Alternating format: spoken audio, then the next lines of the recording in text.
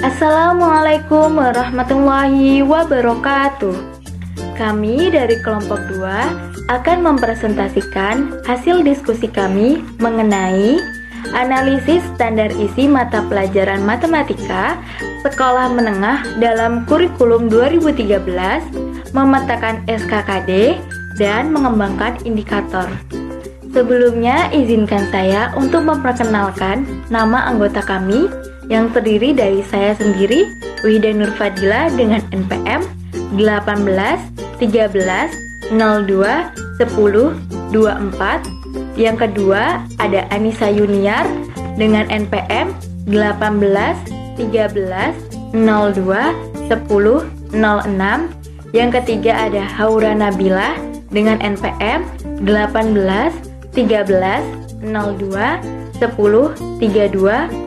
Yang keempat ada Nabila Mutiara dengan NPM 18 53 02 10 04. Yang kelima ada Septiana Komalasari dengan NPM 18 13 02 10 42. Baiklah, langsung saja masuk ke materi yang pertama, yaitu standar isi.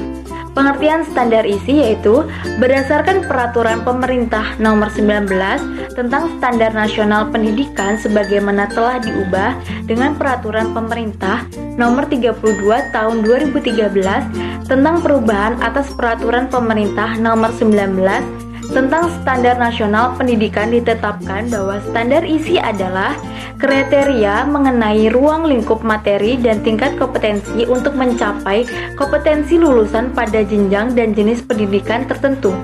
Ruang lingkup materi dirumuskan berdasarkan kriteria muatan wajib yang ditetapkan sesuai ketentuan peraturan perundang-undangan, konsep keilmuan, dan karakteristik satuan pendidikan dan program pendidikan.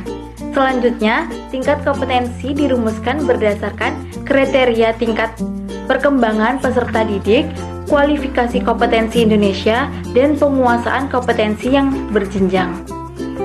Nah, di standar isi ini ada ruang lingkup standar isi.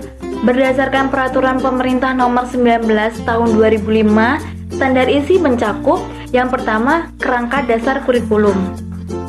Di kerangka dasar kurikulum terdapat kelompok mata pelajaran, prinsip pengembangan kurikulum, dan prinsip pelaksanaan kurikulum. Yang kedua, di ruang lingkup standar isi juga ada struktur kurikulum pendidikan umum. Nah, di struktur kurikulum pendidikan umum ini terdapat 4 muatan lokal. Yang pertama itu ada struktur kurikulum SD atau MI, yang kedua struktur kurikulum SMP atau MTS, yang ketiga struktur kurikulum SMA atau MA, dan yang terakhir ada standar kompetensi dan kompetensi dasar. Nah, yang ketiga ada di ruang lingkup itu beban belajar. Beban belajar dirumuskan dalam satuan waktu yang dibutuhkan oleh peserta didik untuk mengikuti program pembelajaran melalui sistem tatap muka, penugasan struktur, dan kegiatan mandiri tidak terstruktur.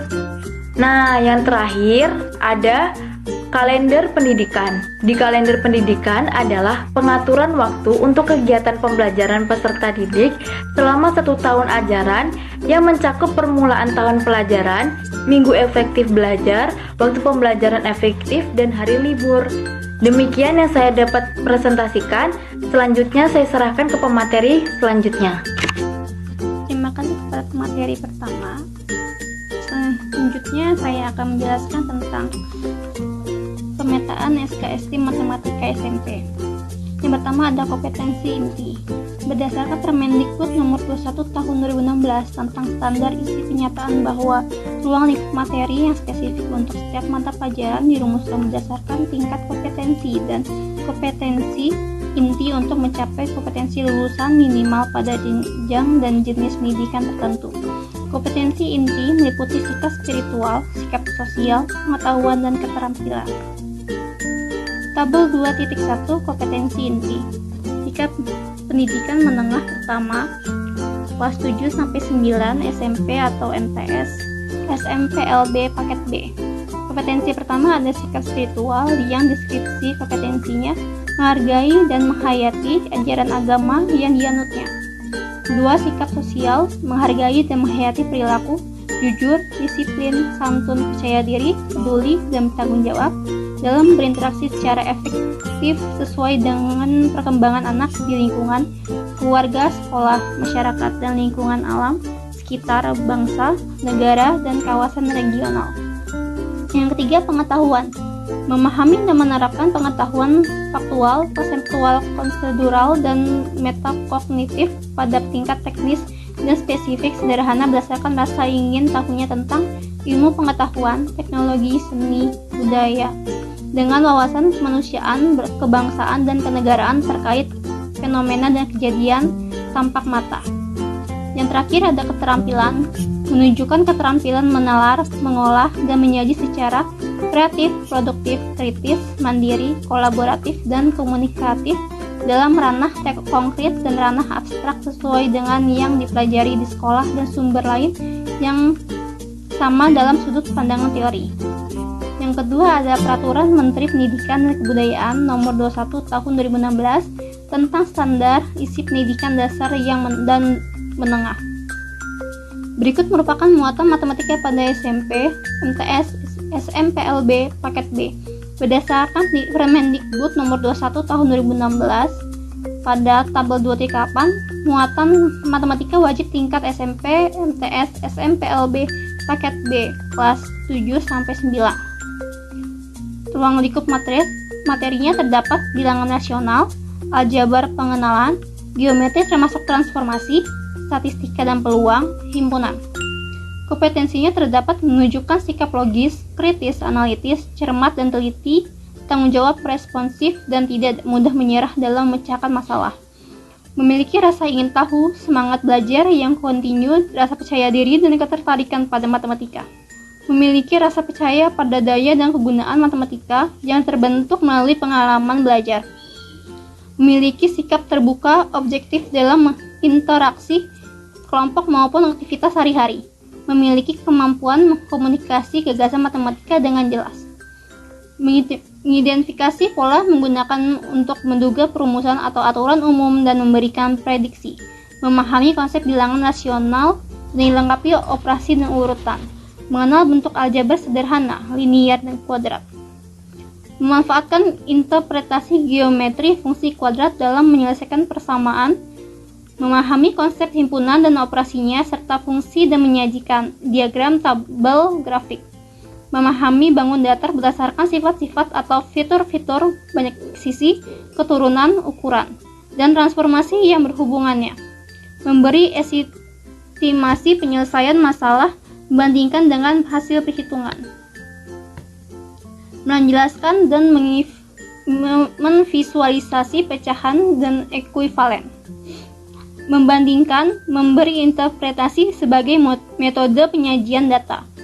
Memahami konsep peluang empirik, menggunakan simbol dalam pemodelan, mengidentifikasi informasi, menggunakan strategi lain bila tidak berhasil.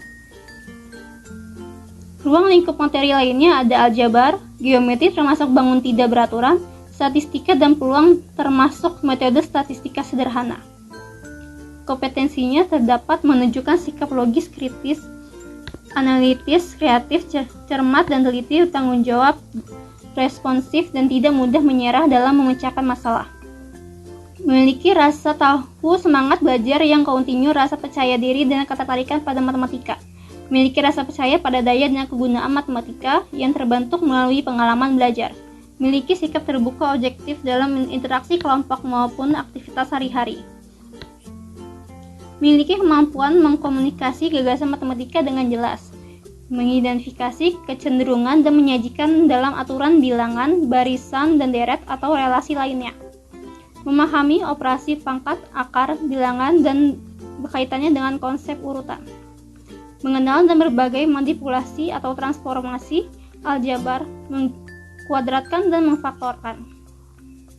Dan menggunakannya dalam penyelesaian masalah seperti persamaan dan ketidaksamaan. Menggunakan konsep diskriminan dalam mengidentifikasi eksistensi solusi dan interpretasi geometrinya. Mengelompokkan bangun datar menurut kesebangunan dan atau kongruen. memberi estimasi dengan menggunakan perhitungan mental dan sifat-sifat aljabar, visualisasi dan deskripsi, proporsi, presensi, rasio, dan laju. Bandingkan memberi interpretasi berbagai metode penyajian termasuk penyajian data yang disertai statistik deskriptif. Memahami konsep peluang empirik dan teorik. Menggunakan simbol dalam pemodelan, mengidentifikasi informasi, memilih strategi yang paling apik. Baiklah, itu saja yang dapat saya sampaikan. Selanjutnya, saya serahkan kepada Anissa Yunia. Baik, terima kasih kepada moderator. Saya Anissa Yuniar akan melanjutkan presentasi dengan materi yang akan saya sampaikan adalah tentang pemetaan SK KD Matematika SMA. Yang pertama ialah kompetensi inti. Berdasarkan Permendikbud tahun 2016 nomor 21 tentang standar isi menyatakan bahwa ruang lingkup materi yang spesifik untuk setiap mata pelajaran dirumuskan berdasarkan tingkat kompetensi dan kompetensi inti untuk mencapai kompetensi lulusan minimal pada jenjang dan jenis pendidikan tertentu. Kompetensi inti meliputi sikap spiritual, sikap sosial, pengetahuan, dan keterampilan. Kemudian dapat teman-teman lihat pada tabel 2.2 kompetensi inti tingkat pendidikan menengah atas kelas 10-12 SMA. Ada beberapa poin di situ, diantaranya yaitu untuk kompetensi inti sendiri terdapat sikap spiritual, sikap sosial, pengetahuan, dan kurikulum. Untuk yang sikap spiritual terdapat menghayati ajaran agama yang dianutnya. Kemudian untuk sikap sosial terdapat menghargai dan menghayati perilaku. Ada jujur, disiplin, santun, peduli, bertanggung jawab, responsif, dan proaktif. Nah, dalam berinteraksi secara efektif sesuai dengan perkembangan anak di lingkungan, keluarga, sekolah, masyarakat, dan lingkungan alam sekitar, bangsa, negara, kawasan regional, dan kawasan internasional.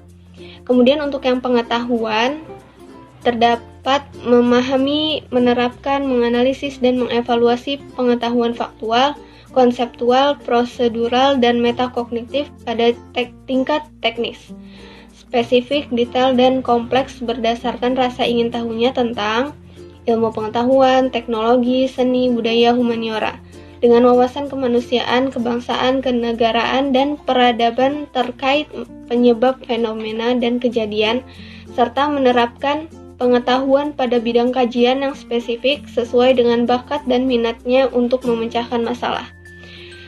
Kemudian untuk kurikulum, terdapat menunjukkan keterampilan menalar, mengolah, dan menyaji secara efektif, kreatif, produktif, kritis, mandiri, kolaboratif, komunikatif, dan solutif. Dalam ranah konkret dan abstrak terkait dengan pengembangan dari yang dipelajarinya di sekolah, serta mampu menggunakan metode sesuai dengan kaidah keilmuan. Kemudian ada yang kedua yaitu Peraturan Menteri Pendidikan dan Kebudayaan nomor 21 tahun 2016 tentang standar isi pendidikan dasar dan menengah. Nah, berikut merupakan muatan matematika pada SMA dan SMK berdasarkan Permendikbud nomor 21 tahun 2016. Dapat teman-teman lihat pada slide PPT-nya. Terdapat beberapa poin mengenai muatan matematika wajib dan matematika peminatan. Di tabel 2.9 mengenai muatan matematika wajib tingkat SMA paket C kelas 10 sampai kelas 12.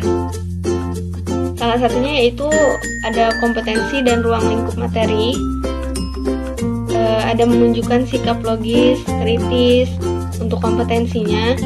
Ada menunjukkan sikap logis, kritis, analitis, kreatif, cermat, dan teliti, bertanggung jawab, responsif, dan tidak mudah menyerah dalam memecahkan masalah.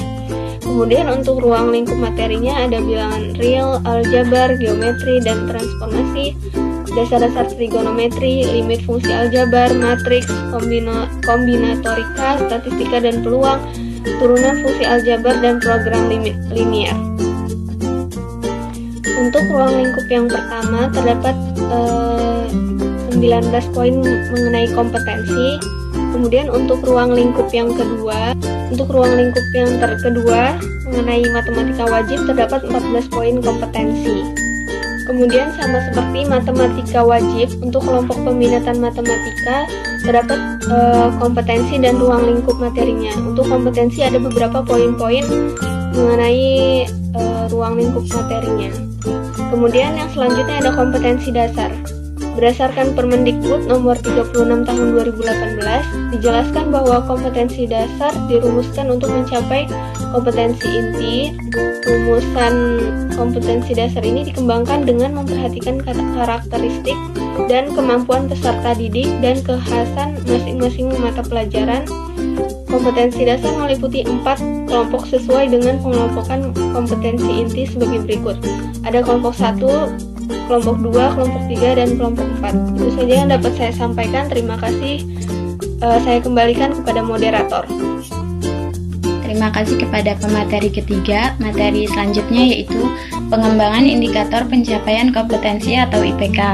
Menurut Trianto, pada bukunya tahun 2009 halaman 204 menyatakan bahwa indikator pencapaian kompetensi atau IPK adalah cerminan pencapaian kompetensi dasar yang harus dikuasai peserta didik setelah mereka melaksanakan kegiatan pembelajaran. Perumusan indikator harus mencakup kompetensi yang terkandung di dalam kompetensi dasar. Karena IPK tidak tersedia dalam standar isi, maka pendidik harus menyusunnya sendiri. Maksudnya adalah seorang guru harus membuat indikator pencapaian kompetensi sendiri dengan menyesuaikan kompetensi yang terkandung di dalam kompetensi dasar. Untuk menyusun IPK perlu diperhatikan beberapa hal, antara lain: A. Secara spesifik dapat dijadikan ukuran untuk mengetahui ketercapaian hasil belajar. Untuk itu, perlu dalam IPK harus memenuhi kriteria. Yang pertama, sesuai tingkat perkembangan berpikir siswa. Kedua, berkaitan dengan kompetensi inti atau kompetensi dasar. Ketiga, memperhatikan aspek manfaat dalam kehidupan sehari-hari. Keempat, harus dapat menunjukkan pencapaian hasil belajar peserta didik secara utuh dalam aspek kognitif, afektif, dan juga psikomotorik. Yang kelima, memperhatikan sumber-sumber belajar yang relevan. Keenam, memerhatikan kontekstual dalam kehidupan sehari-hari peserta. Ketujuh, dapat diukur atau dikuantifikasi amati. Kedelapan, menggunakan kata kerja operasional. Yang B, perlu memperhatikan tingkat perilaku berpikir yang menjadi tuntunan kompetensi dasar. Bila yang diminta adalah tingkat berpikir kompetensi analisis, maka IPK juga harus menunjukkan minimal pada tingkat berpikir yang sama, yaitu kompetensi analisis seperti menganalisis, menyeleksi, mengedit, menyimpulkan, dan lain-lain. Atau pada tingkat berpikir lebih tinggi, yaitu menyintesis atau evaluasi, hingga cerminan ketercapaian kompetensi dasar dapat terpenuhi. Kemudian, indikator merupakan penanda pencapaian kompetensi dasar yang ditandai oleh perubahan perilaku yang dapat diukur, yang mencakup sikap, pengetahuan, dan keterampilan. Indikator dikembangkan sesuai dengan karakteristik peserta didik, mata pelajaran, satuan pendidikan, potensi daerah, dan dirumuskan dalam kata kerja operasional yang terukur dan atau dapat diobservasi. Indikator digunakan sebagai dasar untuk menyusun alat penilaian. Selanjutnya, berikut ini adalah kata kerja operasional berdasarkan taksonomi Bloom dalam beberapa ranah, yaitu yang pertama ada ranah kognitif.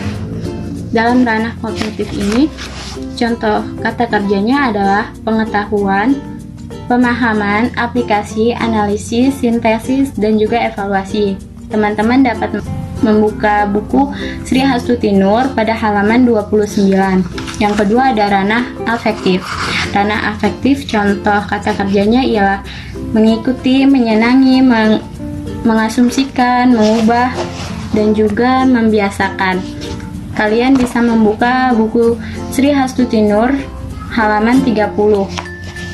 Selanjutnya ada ranah psikomotorik. Ranah psikomotorik, contoh kata kerjanya yaitu menyalin, kembali membuat, menunjukkan, membangun, dan mendesain. Ada dalam buku Sri Hastutinur halaman 31. Selanjutnya yaitu contoh pengembangan IPK. Kelas 9 semester 2 SMA atau NA, mata pelajaran matematika wajib kompetensi dasar 3.11 menganalisis sifat-sifat transformasi geometri, yaitu translasi, refleksi garis, dilatasi, dan rotasi dengan pendekatan koordinat dan menerapkannya dalam menyelesaikan masalah. Indikator pencapaiannya yaitu menemukan konsep translasi untuk menentukan koordinat bayangan titik hasil translasi.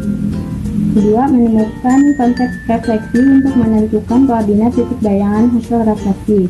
Ketiga, menemukan konsep rotasi untuk menentukan koordinat titik bayangan hasil rotasi sebesar sudut tertentu terhadap titik pusat yaitu 0,0 dan titik A, B. Menemukan konsep dilatasi untuk menentukan koordinat titik bayangan hasil dilatasi dengan pusat dan fase dilatasi tertentu. Baiklah, itulah materi yang bisa saya sampaikan. Selanjutnya akan disampaikan oleh Haura Nabilah. Kepadanya dipersilahkan. Baik, terima kasih kepada pemateri 4 yang sudah mempersilahkan saya untuk menyampaikan materi. Di sini saya Haura Nabilah, NPM 18130211032, sebagai pemateri kelima akan menyampaikan materi tentang penyusunan silabus. Sebelum kita masuk bagaimana proses menyusun silabus, kita harus tahu dulu apa itu silabus. Jadi, berdasarkan Permendikbud nomor 22 tahun 2016, itu tentang standar proses pendidikan dasar dan menengah, silabus itu merupakan acuan penyusunan kerangka pembelajaran untuk setiap bahan kajian mata pembelajaran. Nah, silabus ini dikembangkan berdasarkan standar kompetensi lulusan dan standar isi untuk satuan pendidikan dasar dan menengah sesuai dengan pola pembelajaran pada setiap tahun ajaran tertentu. Nah, silabus ini digunakan sebagai acuan dalam pengembangan rencana pelaksanaan pembelajaran. Kemudian materi yang selanjutnya itu tentang isi silabus. Jadi silabus itu paling sedikit memuat yang pertama, identitas mata pelajarannya. Kemudian yang kedua itu identitas sekolah. Ini meliputi nama satuan pendidikan dan juga kelasnya. Kemudian yang ketiga ini kompetensi inti yang merupakan gambaran secara kategorial mengenai kompetensi dalam aspek baik sikap, pengetahuan, dan keterampilan yang harus dipelajari oleh peserta didik. Kemudian yang keempat ini kompetensi dasar yang merupakan kemampuan spesifik yang mencakup sikap, pengetahuan, dan keterampilan yang terkait dalam muatan atau mata pelajaran. Kemudian yang kelima ini tema, kemudian yang keenam materi pokok yang memuat fakta, konsep, prinsip, dan prosedur yang relevan dan ditulis dalam bentuk butir-butir sesuai dengan rumusan indikator pencapaian kompetensi atau IPK. Kemudian yang selanjutnya itu pembelajaran, yaitu suatu kegiatan yang dilakukan oleh pendidik dan peserta didik untuk mencapai kompetensi yang diharapkan tadi. Kemudian selanjutnya itu penilaian, yang merupakan proses pengumpulan dan pengolahan informasi untuk menentukan pencapaian hasil belajar peserta didik. Kemudian alokasi waktu yang disesuaikan dengan jumlah jam pelajaran dalam struktur kurikulum untuk 1 semester dan 1 tahun. Kemudian yang terakhir itu sumber belajar, ini dapat berupa buku, media cetak, elektronik, dan lain sebagainya. Kemudian materi yang selanjutnya itu tentang prinsip-prinsip penyusunan silabus. Jadi menurut Darmandi itu terdapat 8 prinsip penyusunan silabus. Prinsip yang pertama yaitu prinsip ilmiah. Artinya, keseluruhan materi dan kegiatan yang memuat silabus ini haruslah benar dan dapat dipertanggungjawabkan secara keilmuan. Kemudian yang kedua itu relevan, artinya cakupan, kedalaman, tingkat kesukaran, dan urutan penyajian materi dalam silabus ini haruslah sesuai dengan tingkat perkembangan fisik, intelektual, sosial, emosional, spiritual dari peserta didik. Kemudian yang ketiga itu sistematis, artinya komponen-komponen dalam silabus ini harus saling berhubungan secara fungsional dalam mencapai kompetensi tadi. Kemudian yang keempat itu konsisten, Artinya ada hubungan yang konsisten antara kompetensi dasar, indikator, materi pokok, kegiatan pembelajaran, sumber belajar, dan sistem penilaian. Kemudian yang kelima itu prinsip memadai. Artinya cakupan indikator, materi, kegiatan pembelajaran, sumber belajar, sistem penilaian ini haruslah cukup untuk menunjang pencapaian kompetensi dasar. Kemudian yang keenam itu aktual dan kontekstual. Artinya di sini dia memperhatikan perkembangan ilmu, teknologi, dan seni mutakhir dalam kehidupan nyata untuk menunjang proses pembelajaran. Kemudian yang ketujuh itu fleksibel. Artinya keseluruhan komponen silabus ini dapat mengakomodasi variasi peserta didik, pendidikan, serta dinamika perubahan yang terjadi di sekolah dan tuntutan masyarakat. Kemudian yang kedelapan ini menyeluruh. Artinya komponen silabus ini mencakup keseluruhan ranah kompetensi, baik kognitif, afektif, maupun psikomotor. Kemudian materi yang selanjutnya itu tentang langkah-langkah pengembangan silabus. Nah, di sini saya paparkan beberapa langkah-langkah pengembangan silabus, dan di sini saya akan mencoba menjelaskannya satu persatu. Jadi langkah yang pertama itu mengisi identitas silabus. Nah, identitas ini terdiri dari nama sekolah, kelas, mata pelajaran, dan semester. Kemudian identitas ini ditulis di atas matriks silabus. Langkah yang kedua itu mengkaji kompetensi inti dan kompetensi dasar. Sebelumnya telah dijelaskan, kompetensi inti ini merupakan tingkat kemampuan untuk mencapai standar kompetensi lulusan yang harus dimiliki oleh peserta didik pada setiap tingkat kelas. Sedangkan kalau kompetensi dasar ini merupakan kemampuan dan materi pembelajaran yang minimal itu harus dicapai oleh peserta didik untuk suatu mata pelajaran pada masing-masing satuan pendidikan yang mengacu pada kompetensi inti. Nah, untuk pembahasan kompetensi inti dan kompetensi dasar ini telah dijelaskan oleh pemateri sebelumnya. Kemudian langkah yang ketiga itu mengidentifikasi materi pokok atau materi pembelajaran. Nah, dalam mengidentifikasi materi pokok ini kita harus mempertimbangkan beberapa hal. Yang pertama itu potensi dari peserta didik, kemudian relevansi materi pokok dengan SK dan KD, tingkat perkembangan fisik, intelektual, emosional, sosial, dan spiritual dari peserta didik, kemudian kebermanfaatan materi ini bagi peserta didik, struktur keilmuan, kedalaman dan keluasan materi, relevansi dengan kebutuhan peserta didik dan tuntutan lingkungan, serta harus menyesuaikannya dengan alokasi waktu pembelajaran. Kemudian, Trianto menyatakan bahwa untuk mengidentifikasi materi pembelajaran ini dapat dilakukan hal-hal sebagai berikut. Yang pertama itu menentukan pendekatan yang akan digunakan untuk mengidentifikasi. Misalnya di sini menggunakan pendekatan hierarkis. Ini pendekatan dari mudah ke sukar dan klasifikasi 4 jenis fakta yang memuat fakta, konsep, prinsip, dan prosedur. Kemudian menentukan uraian materi pembelajaran. Nah, materi pembelajaran ini haruslah mencukupi keluasan dan kedalaman dari materi. Kemudian langkah yang keempat itu mengembangkan kegiatan pembelajaran. Kegiatan pembelajaran ini dirancang untuk memberikan pengalaman belajar yang melibatkan proses mental dan fisik melalui interaksi antara peserta didik, kemudian peserta didik dengan guru, dengan lingkungan, dan sumber belajar lainnya. Nah, hal ini dilakukan dalam rangka pencapaian kompetensi dasar. Kemudian langkah yang kelima itu perumusan indikator. Nah, Trianto menyatakan bahwa indikator pencapaian kompetensi atau IPK ini adalah cerminan dari KD atau kompetensi dasar yang harus dikuasai peserta didik setelah mereka melaksanakan kegiatan pembelajaran. Penjelasan lebih lanjut tentang indikator pencapaian kompetensi ini telah dijelaskan oleh pemateri sebelumnya. Kemudian langkah yang keenam ini adalah penilaian. Penilaian pencapaian kompetensi dasar peserta didik dilakukan berdasarkan indikator. Nah, penilaian ini dilakukan dengan menggunakan tes dan non-tes dalam bentuk tertulis maupun lisan. Selain itu juga ada pengamatan kinerja, pengukuran sikap, penilaian hasil karya, baik yang berupa proyek maupun produk, kemudian penggunaan portofolio, dan penilaian diri. Kemudian langkah selanjutnya itu menentukan alokasi waktu. Nah, penentuan alokasi waktu pada setiap kompetensi dasar ini didasarkan pada jumlah minggu efektif dan alokasi waktu mata pelajaran per minggu.